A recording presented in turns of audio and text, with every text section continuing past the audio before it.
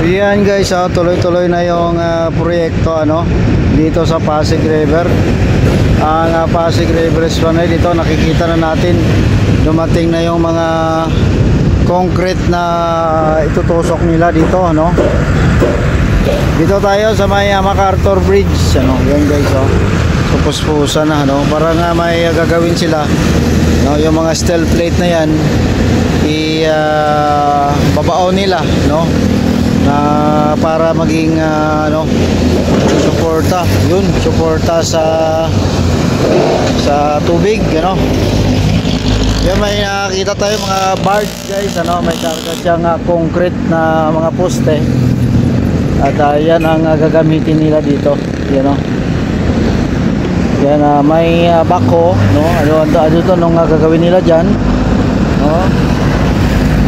I think yung steel plate nga, iangat nila.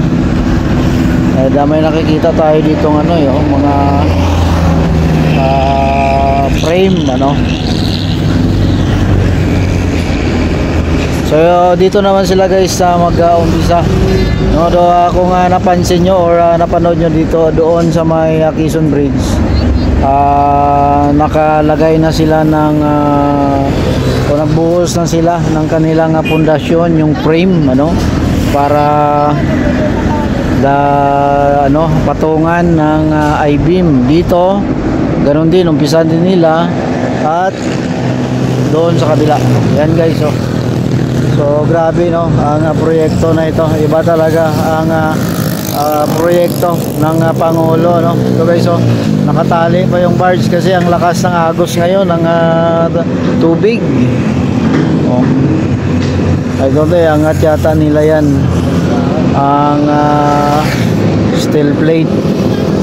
Tingnan natin, panoorin natin kung saan nila ilagay, siyempre kailangan niya ng bako or crane sa bigat niya, po, Tapos dito may nakikita din tayong tugboat.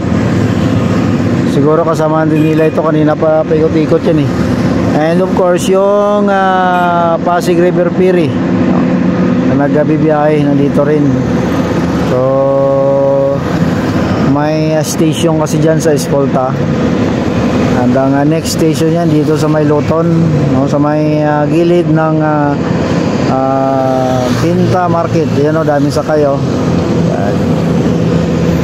Ang tugboat na isa, yung paikot-ikot dito, lumalapit sa may barge, Ang bigat niyang dala niya na yan, Yan, dinala nila doon banda sa may kung hindi ako nagkamali, pasampahin nila ang crane na yan sa barge. Ang steel plate ang magsilbing kanyang hagdanan. Kung hindi ako nagkamali guys, tingnan natin. Sinampa nila. Pero kung sasampay yung crane dyan, medyo maliit yata ang space na yan, tingnan lang natin kung anong gagawin nila guys, manood lang tayo sa kanilang activity na yan. So grabe, So ito yung ang Pasig, ang tubig sa Pasig River ay malakas.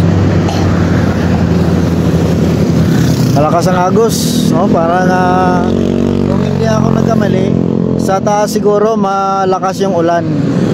Kasi alam mo sa ilog, roll yan sa ilog guys, na hindi porke hindi umuulan dito, wala nang baha.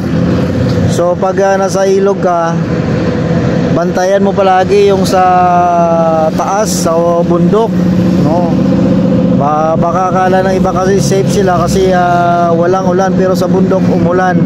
So pag sa ilog, yun ang rule palagi, abangan mo yung ulan sa bundok kasi sigurado pupunta ang tubig dyan. So balik tayo dito sa barge, yun guys, So anong gagawin nila? Abangan lang natin para nga relate ako sa trabaho nila. Dati although ito ay steel plate, dati kasi ay ang ginagawa namin ay piping, So ang crane na yun, kung hindi ako kamali, nasa 100 tons yata yan, ang crane na yan. Pero kung isampa nila yan dito sa barge, kayang-kaya yan, no? Malaki yung barge na yan. Ganun pa man. Baka natin ang kung parang yan nga dati yung kinargahan yan guys, no? Yung dating pinapatungan niya, yan yata. So ang ito yung nakikita nyo guys, ito yung dugtong ng phase 1, ano? So ang kabila niyan ay napapasyalan na. Bali may harang lang dyan sa may bandang post office, no? May harang na yelo kasi unsafe pa, under construction pa dito banda. So hinarangan muna nila for the meantime. Pag natapos na ito, buksan din naman nila yan sa public.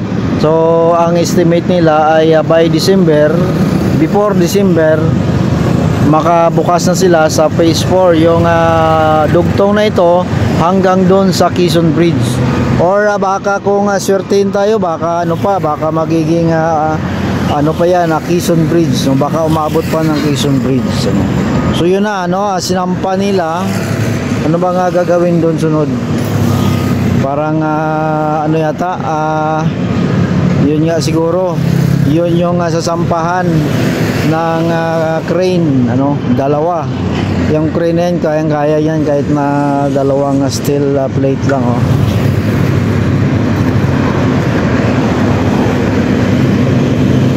So isa may kinuha pa sila isa. Ayan, naglalakad-lakad kasi tayo guys, ano, para hindi nila halata na nagbi-video tayo. Pero pwede naman mag-video, hindi naman nila ninita eh. So sa ibang construction company, kung hindi lang to sa Pasig River Esplanade, sisitahin na tayo. Pero ngayon tingnan nyo.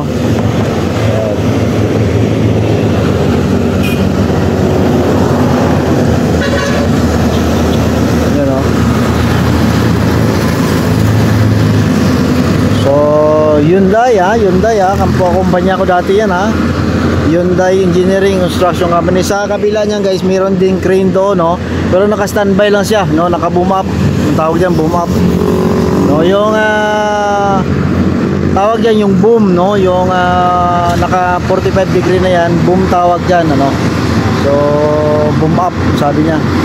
So may mga ano sa for information of everybody guys, yung rigger, may mga signing yan guys, ano, dito lang sa nakita ko sa atin ng rigger, nakatsinilas, walang helmet, walang gloves. Pero kung safety ang pag-usapan, dapat niya naka-helmet, naka-gloves. So may gloves siya, pero hindi yan tama ang gloves niya, no?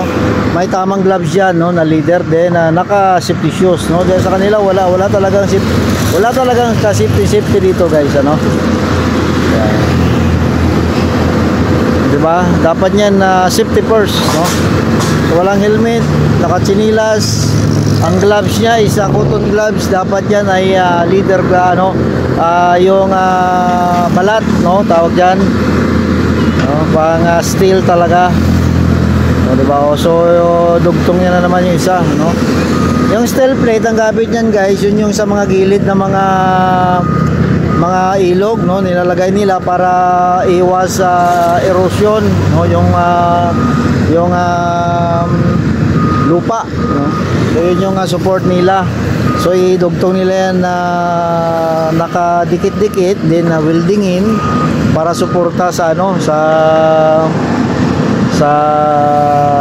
lupa para hindi tangayin ng tubig, no? Yan. Yan, ano. So yun nga siguro, baka yun nga, no, ang tansya ko, no, tama, akyat yata yung crane dyan. Pero kung akyat man, sinira nila yung ano, yung concrete wall, no, para madaanan lang ng crane. Or parang napansin ko nakaraan, wala pa to dito, no, ang crane, no, parang ngayon lang yan. Nakita ko dati dito ay isang backhoe lang. Ngayon ay ito na, no, tansya ko isampa nila siguro. So yan, ano. So siguro isampa nila yung crane, no, kung hindi ako nagkamali guys, ano. Yan ang update dito guys, ano, sa Pasig River Esplanade, dito sa may Pasig River, no. So grabe, no. So abangan natin kung anong ano nila dyan, next activity. Yan. So ang Ilog Pasig malakas guys, oh, may baha, no? So dahil speaking of baha, no, maalala na naman natin yung flood control, no? Pero itong project na to, hindi to flood control guys, Pasig River is pa nito, pasyalan ito, no? Maalala natin yung baha kasi issue ngayon yung flood control, no?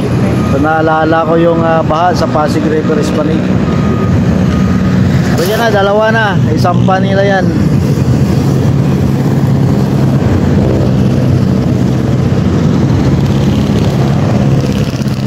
So nakaharang sa tubig yung barge, no? So malakas ang ano niyan, ang current. So madali siyang matangay diyan. Kung hindi matibay yung lubid, talagang tangay talaga siya. Yan, may sinampa pa silang isa.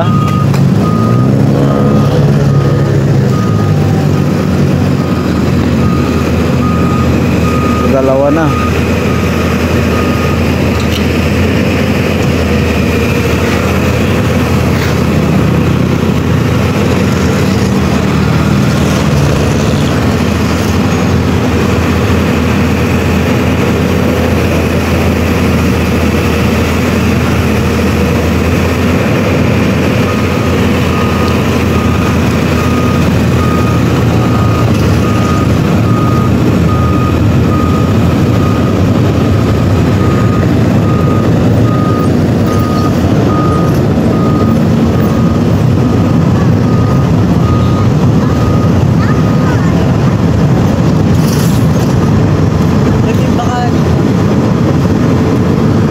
Yan guys, wala inabangan ko kung sasampa yung crane, pero baka mamaya pa. So yan ang update dito guys, sa Pasig River Resort.